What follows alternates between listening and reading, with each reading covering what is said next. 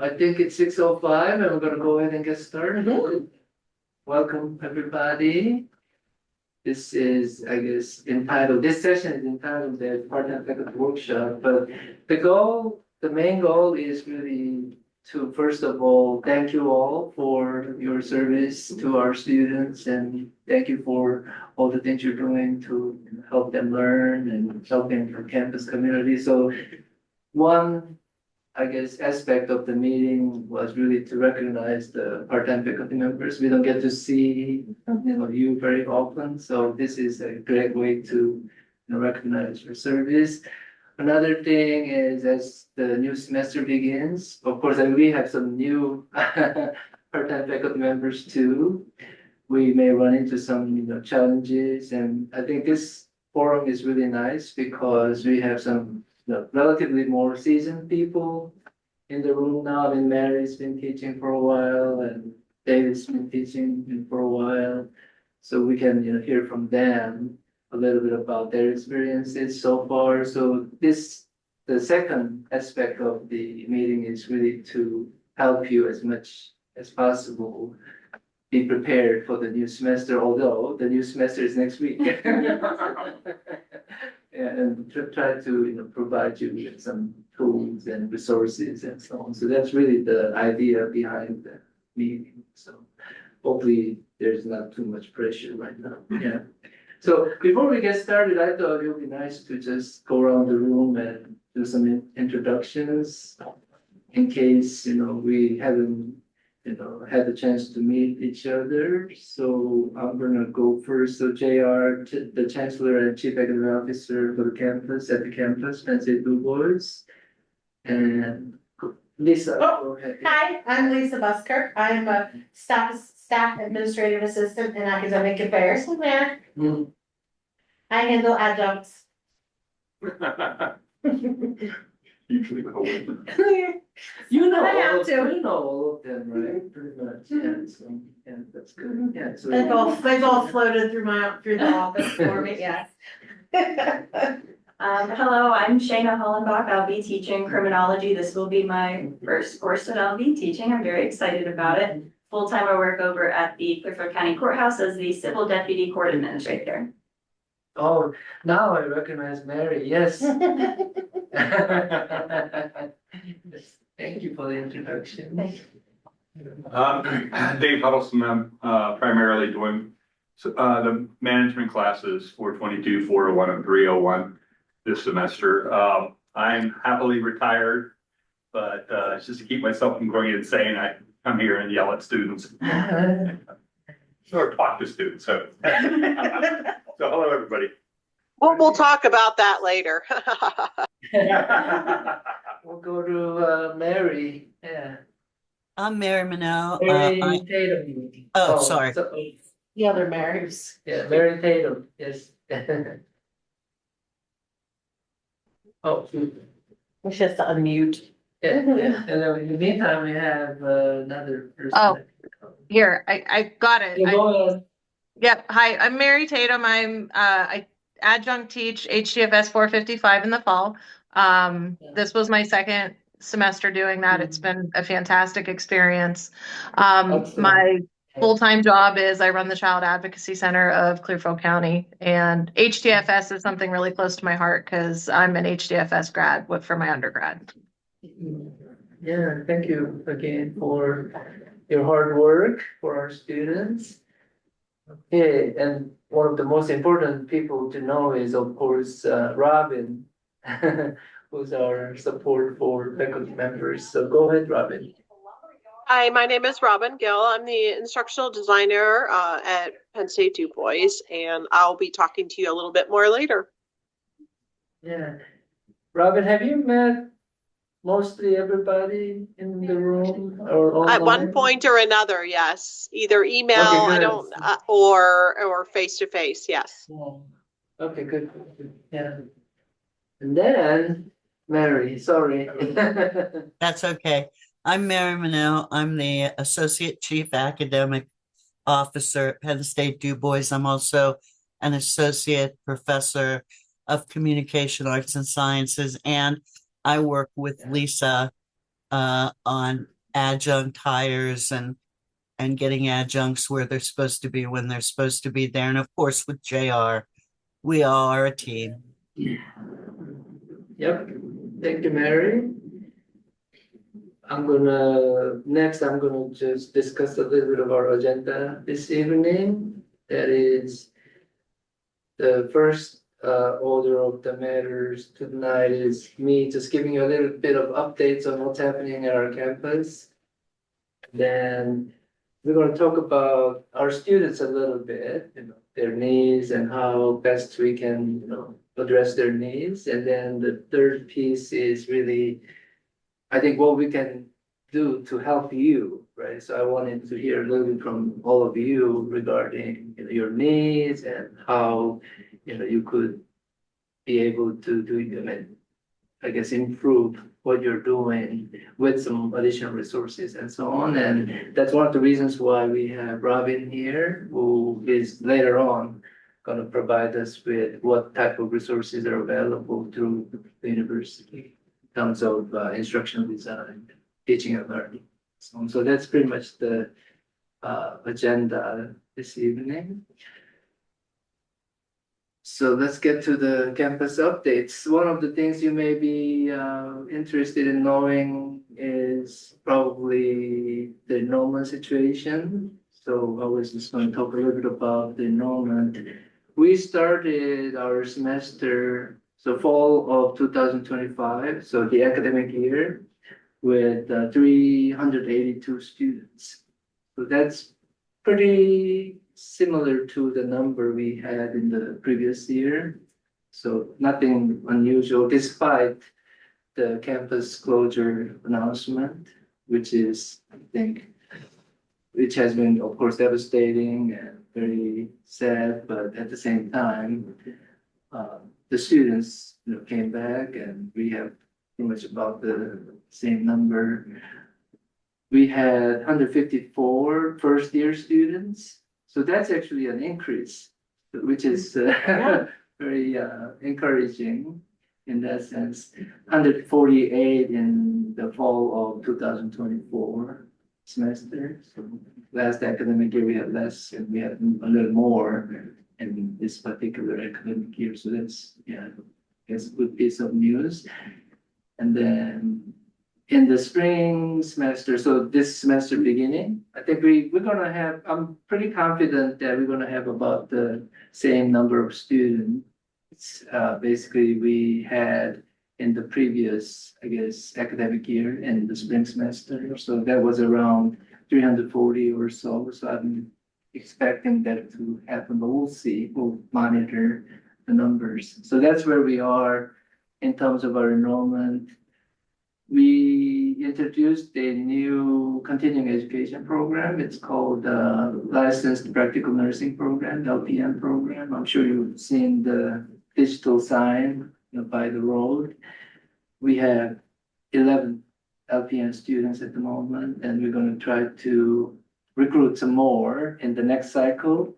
And the size we're shooting for is about 18 students in the cohort. So we're getting there, double digit. So yeah, it's good. And then in terms of the future of some of the programs, we have some unique programs like wildlife technology program. And I don't know whether you heard anything about where the program, what's happening to the program. So some of these unique programs are being relocated, and the wildlife technology program is moving to the Altoona campus. And that's why I was at Altoona today, because they wanted to give a tour to our faculty members, tour of the campus, and wanted to discuss some, details related to how to plan the move and those types of things. So that's what's happening at the campus. Any questions before I move on to the next topic? No? Okay, good. Okay.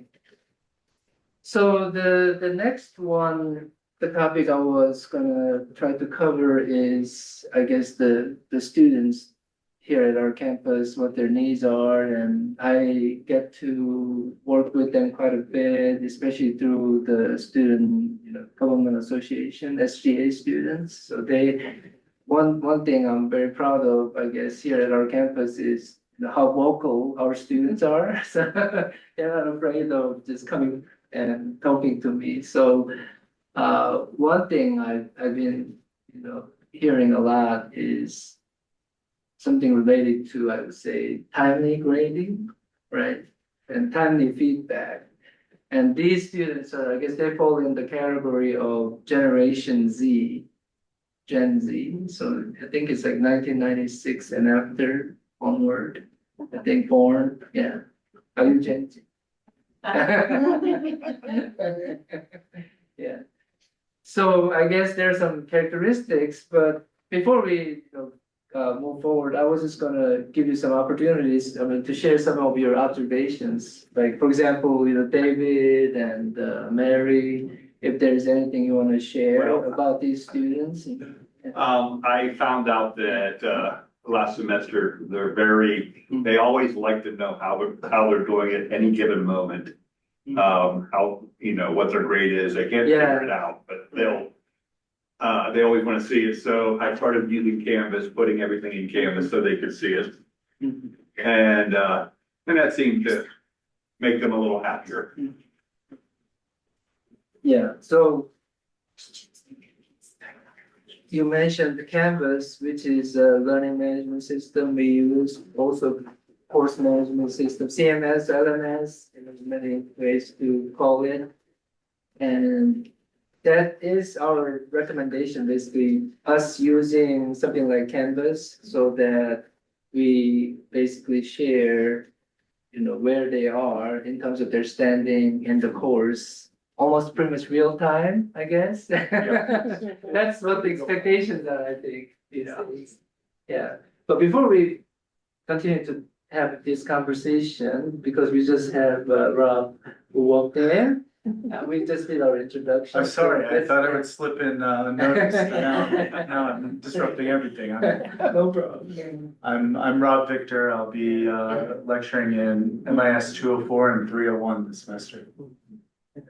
Welcome. Thank you. Yeah, so we were just talking about the students today, Gen Z students, and what their expectations are, and how we address their needs and those types of things. So David was basically saying they're a little impatient about, and I think they have every right to be that way too, but how they're doing and knowing how they're doing their classes and timely feedback and those types of things. They get feedback on a daily basis from me. On a daily basis? Oh, yeah, I will let them know. It's like, hey, you have to, good job or whatever it might be. So, but yeah, they just like to see that number. So if you can use that, use the Canvas, it'll save you a lot of heartache. I was always the person who would basically keep it on a spreadsheet. Yeah.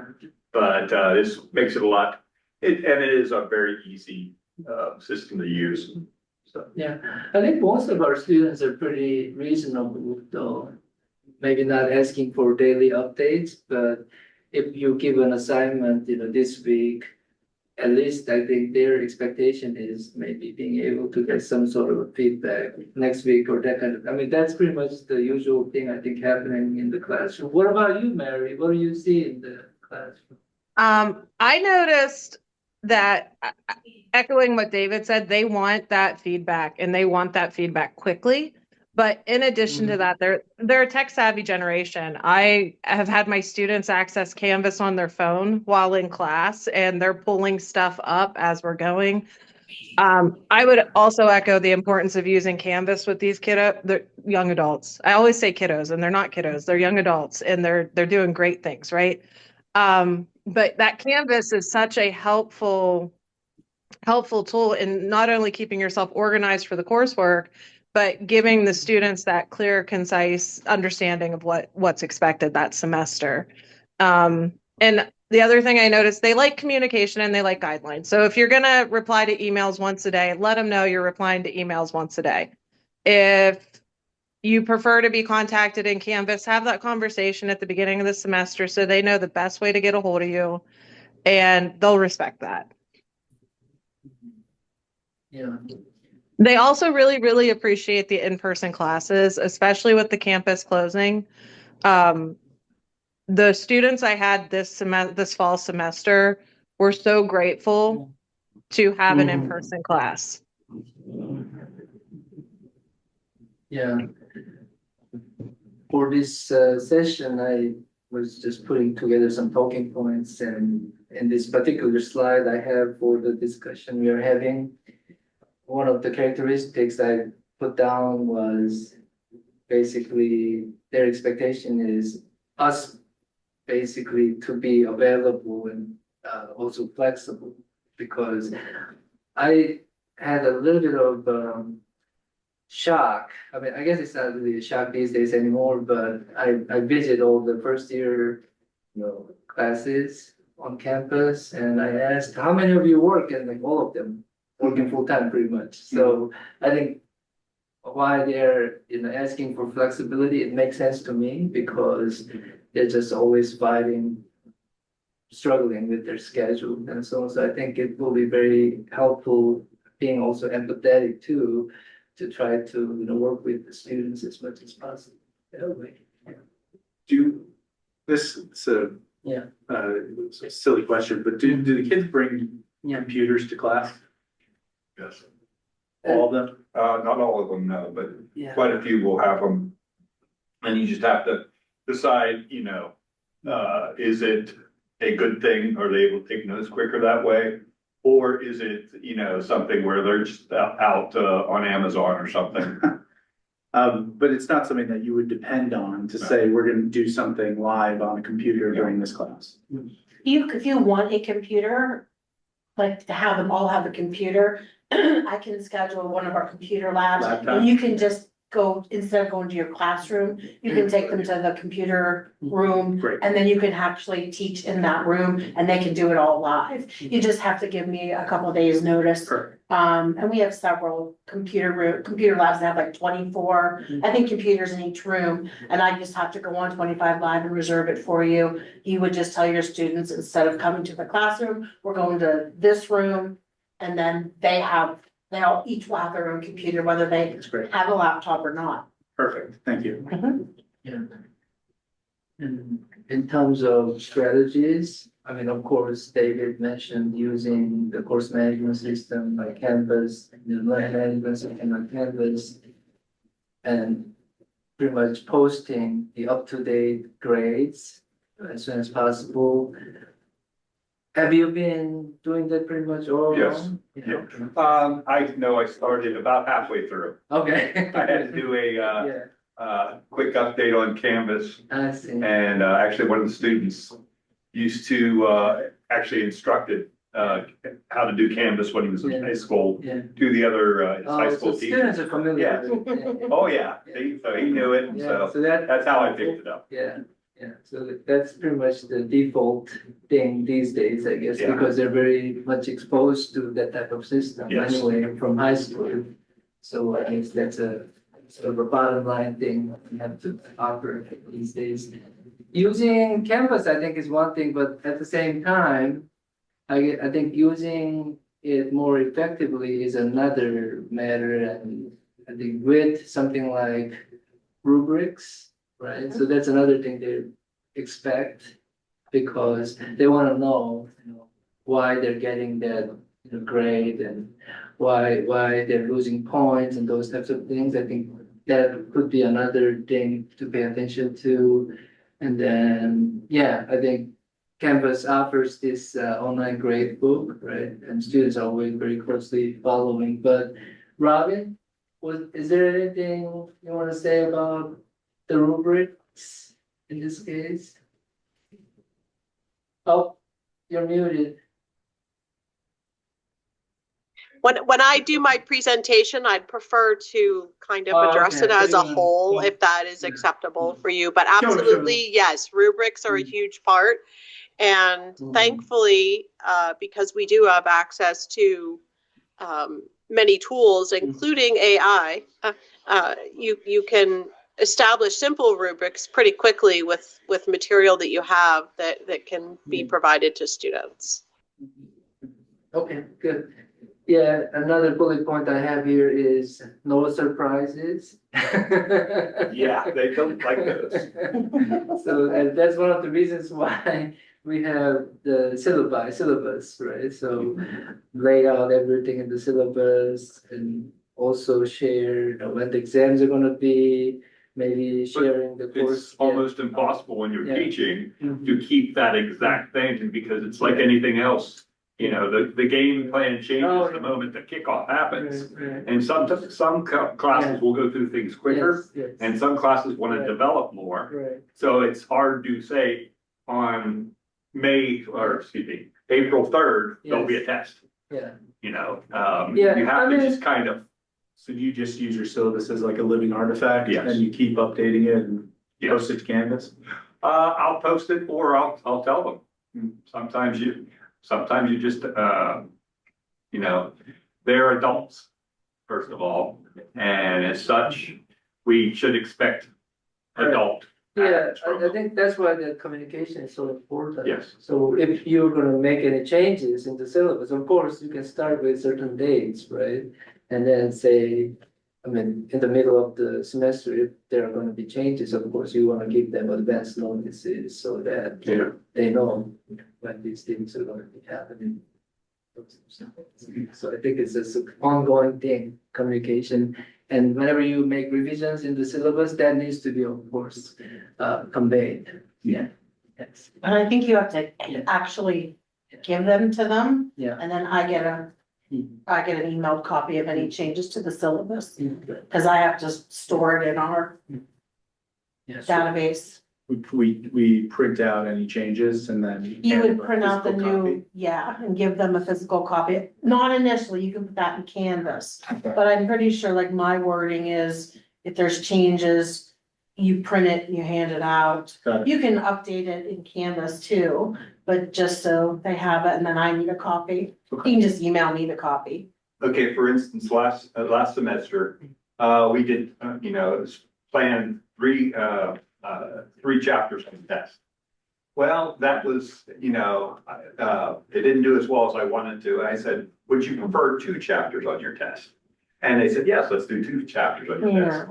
And so, Stuff like that, no, it's like big material changes, like if you're cutting something out, or I don't think I need, if on Wednesday you were gonna cover this, but you didn't get to it till Friday, I don't need that. okay. Right. But if you, They're like major things. yes, Exam dates, for example. exactly. You know? Because if they come like to Marion and then to JR and they have me pull the syllabus and it's not the syllabus that you're working from, we have, they don't like that.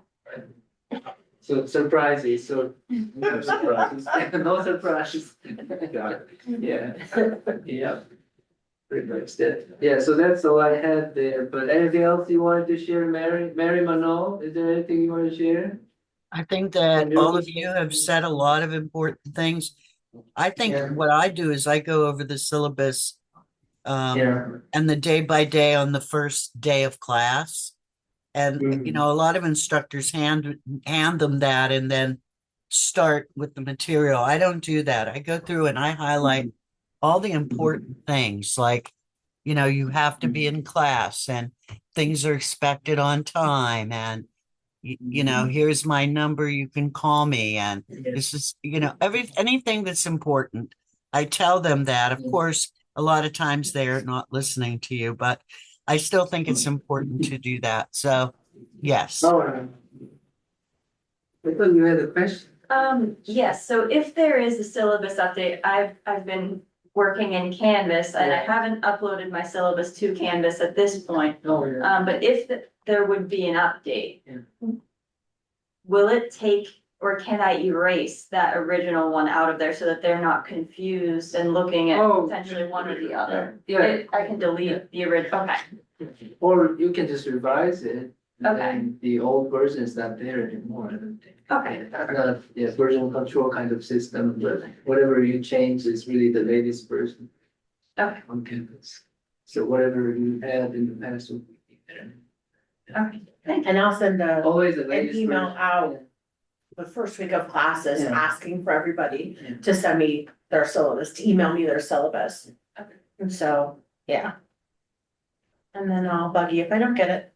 I don't know why you're looking at me, but. Oh, no, just in general, you just have to be over there. I don't know how you are, because you're new. Right. And I do have a handful that I have to, but not necessarily adjuncts, but faculty that I have to bug every semester.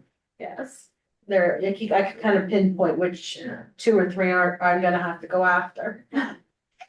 In the next slide, I have instructor needs. So let me hear a little bit about what your needs. I mean, we talked about student needs, but I wanted to hear a little bit about, what your needs are. I'm sure, this has been helping you out all the time. I think we got you your books. Yeah. Mhm. I have supplies in my office if you want. Maybe legal very pens, minimal, pens, but I just wanted to pencils, hear, yeah. dry erase Yeah. markers, highlighters. I have all of those in my office in the supply closet. Yeah. So at this point, pretty happy? Oh, yeah. Okay, good. Good enough. Yeah. So, Yeah. I always try not to bug you. It's okay, that's my job. Yeah, I never know what to go to you with and what not to go to you with, but if, let's You can just. come to me with everything, and if I can't do it, Send me the right I'll place. send you the right way. Okay. Yes. Cause I was wondering, I was gonna do, if I needed like blue books, for example, You would get them from me. I would get them from you, okay, Mhm. good, so I thought the right place. Yep. Yep. In fact, I think I might have some over there, and if I don't have them, I'd order them. Okay. Okay, so while we were talking, I think we have another person, Caitlin, who just joined. So Caitlin, we've been doing our introductions. Would you like to introduce yourself a little bit? Yeah, hi. I don't have a camera on this computer. I apologize. My name is Caitlin, and I am teaching HDFS 315Y this semester. It is family development. Okay. Thank you so much. And Caitlin's been working on campus in another capacity too. Yeah. Okay, my next slide says that instruction needs we've been just talking about it. So any other thoughts? Mary, Tatum, Caitlin, Caitlin's new, so let's see, David, anything? No? Okay, pretty happy. Okay, good. And then moving on to the next one, it says modes of communication. So there's some like ways for us to interact with our students. Of course, email is, the default choice, but Canvas has a built-in communication system. So there are Canvas messages you can exchange with the students, and that's usually what I do when I teach, because that way everything's all confined in Canvas, all your communications with the students and all these other Penn State official communications with students. I mean, they could be emails, but whatever is related to the course, and of course later on Robin is gonna give us some other recommendations, but that's how I usually do that. And then another system, I don't know whether you're familiar with Starfish? Yeah. Yeah, so David, tell us a little bit about Starfish. Yeah. What I generally do is I would just give them my cell phone number and give them a strict 9 to 9. Don't call me after 9, I'm old and I need to sleep. And don't call me before 9, because again, I'm old and I need sleep. And that's, I get texts from them all the time, and that's fine. I think it's more direct, and that's just normally what I do. Okay, yeah. So you share your number? What's that? Oh, yeah. Yeah, So it's right on my syllabus. I see. Yeah, but you don't have Get to, it, call me. you don't have to, by the way. You don't have to share your personal mobile number or Yeah, anything, no. but some faculty members, they prefer sharing their numbers. So it's an option, of course. I know Mary Monod Dr. Monod's sharing her number with her students so that they have an instant access to, their faculty member like that, but, yeah. A lot of times it's something like, I had students that broke down or a flat tire Right, so or that couldn't could make it through the snow. I go, okay, cool. You know, it's an easy way, when I take roll to say, okay, I know where the student is. Do you take attendance every Yes, class? I do.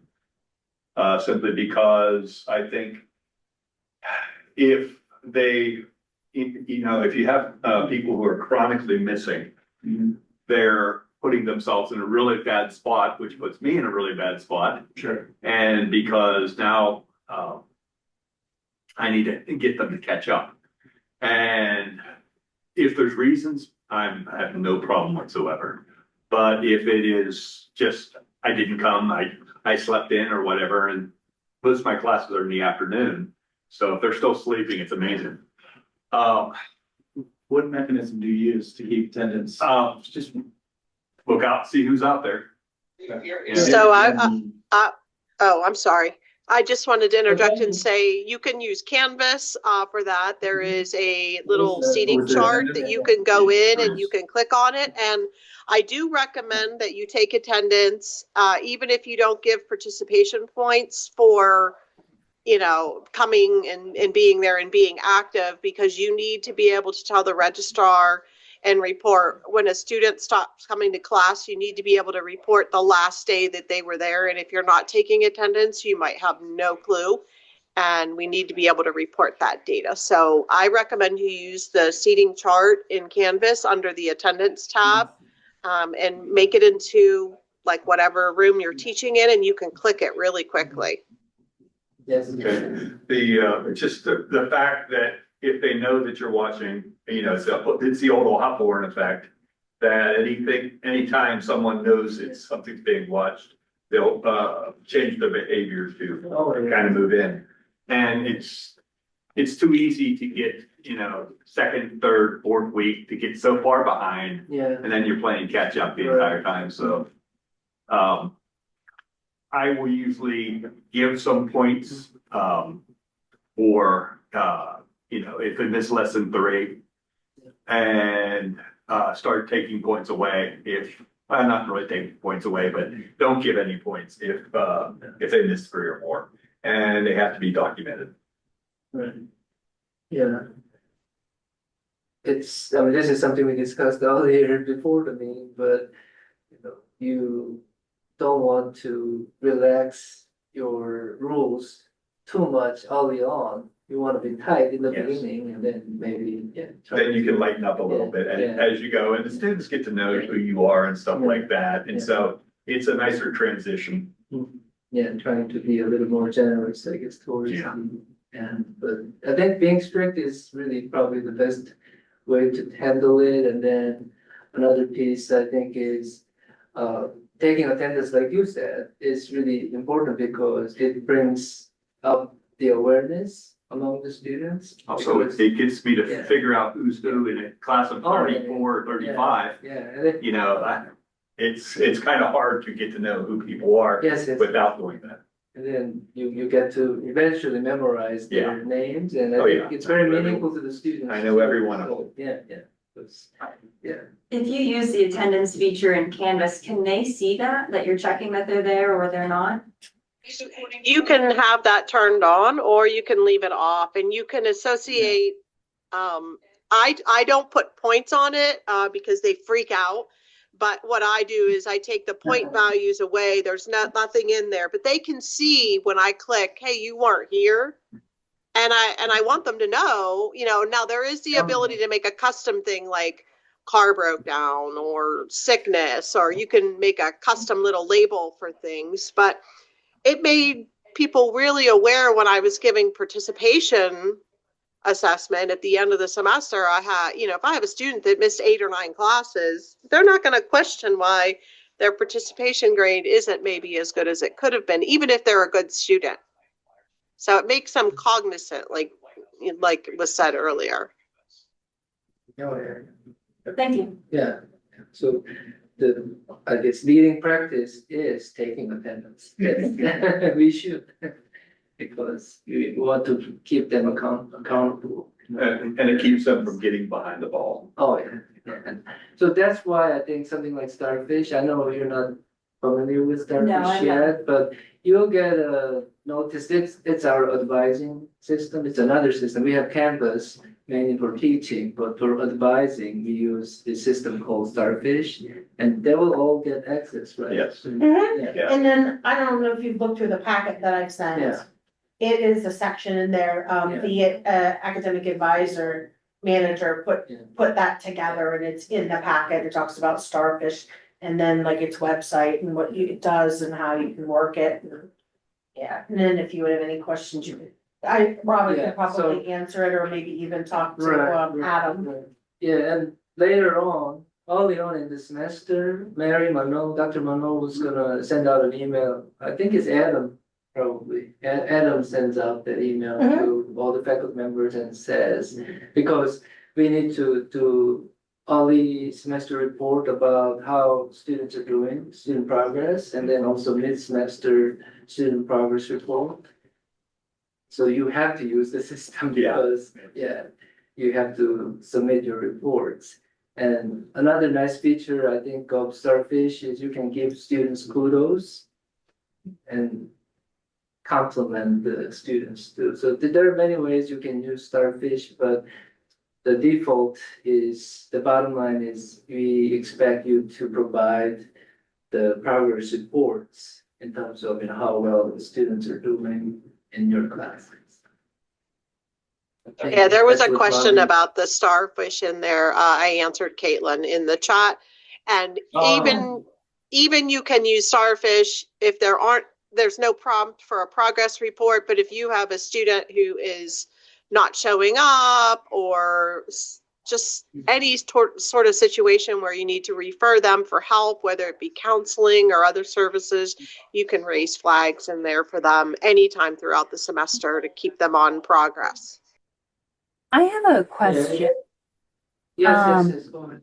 Thank you. So I heard mention of like a packet that was sent out. I sent it to my adjuncts. I don't usually send it to, I don't know why, but I don't ever see supplemental pays, cause you're full-time staff. And so I Yeah. don't do supplemental pays, but I can send it to you. Yeah, I think it's very helpful. I'll just show you what it looks like. Yeah, and So I'm also the- like curious, like, am I supposed to like sign any paperwork or anything? You should have gotten a supplemental pay contract in the mail, in your email. Laura I does them, didn't. I don't know if she did them yet. It may be still coming. Yes, but I can ask her. Yes, please. I haven't really received any, like I didn't receive like a packet or like I even checked Workday. I didn't get anything in Workday. Unless I'm Well, looking in the wrong yeah, I places. would say you wouldn't get anything because you're already. Where'd they go? Actually, I'm just sharing. yeah, Sorry. she'll get a prompt from Laura in her email asking her to go in and sign it. And she'll log into Yeah. Workday and she'll have to click on Okay. the little approve button because I'm staff as well, but I teach as an adjunct and that's what happens to me. Oh, Yeah, I yeah. haven't received that yet. You receive supplemental pay because you're full-time staff.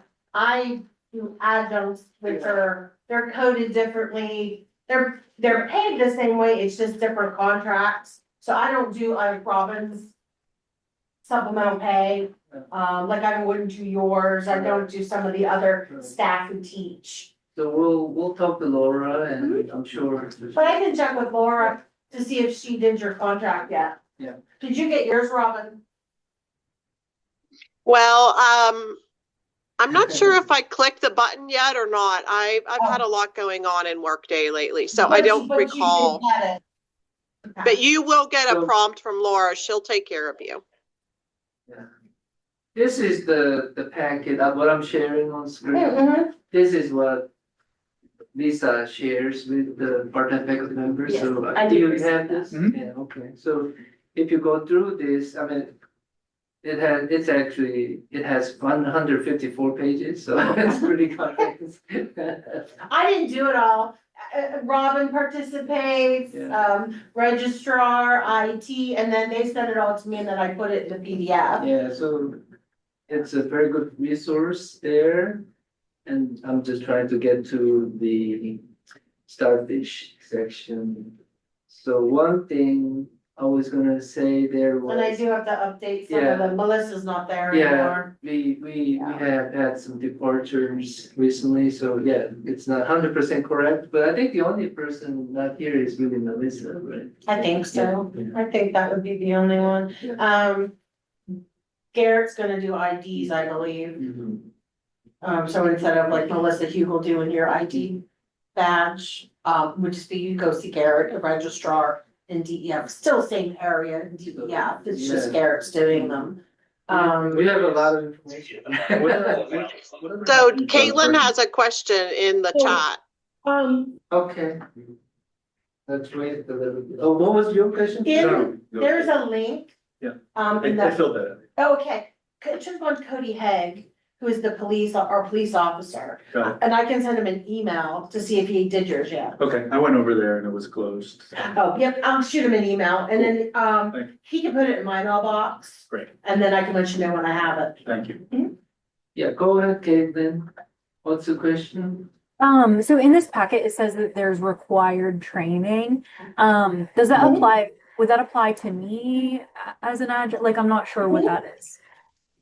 That is like our annual compliance training. If you have vulnerable students in your class, you have to do, something about a safe Penn State.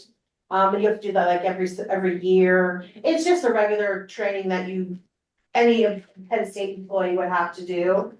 A lot of the information is good for new adjuncts. Yeah, Starfish. and you get emails from the same thing that we all get them when we have to do training. There is a. It's in LRN, just like like you're used to. Starfish It's nothing extra. You can read a little more about Starfish there. I'm sure there are tutorials out there too online, so there's that piece. And then you said, required training, right? Yeah, there's a section on required training. Yeah, right, yeah, that's. But you get emails saying that you need to complete it. and- I took your- Yeah, they opened on Monday. Did you get yours? Yeah. Okay. So I'm gonna stop sharing. And it wasn't easy, but I did them. You sit there, you listen. Some of them have little quizzes, some of them don't, but yeah. I started going through the additional resources on there, looking at different ones. Yeah, yeah. Yeah, make sure you. Did you want me- browse the- Did you do your link for the parking pass yet? No, I'll do that when I get home. But and if you want, just shoot me an email and I'll ask Cody to put it in my mailbox too. Okay, And then whenever you're around, you can stop and get it from me. Okay, thank you. Yeah, I'm easier to track down. Yeah, so in the section of modes of communication, I had office hours. So let's make sure you also have some office hours with the students. That was a question that I did have, because I know in the packet it mentioned about rooms being limited. Mhm. I live very close, so I didn't want to take a room that somebody might need. So I didn't know if there were still any available. I'd gladly take one and have office hours in the office. Otherwise, I didn't know if I could either reserve a room when they would need or offer them by Zoom. You can do it by Zoom. You can come in a little early and stay a little bit late, if people wanna stay after. You get, like, you can do on Zoom, you can do more Teams. And if you would like an office, I can ask Laura if any are available. Yeah, so we can find the, Mhm. yeah, space. Okay, Yeah, part-time faculty space. It's usually shared, so. I mean, if we don't have the space just dedicated to instructor, part-time instructor, we can still find the shared space. So no matter what, we'll find space. okay.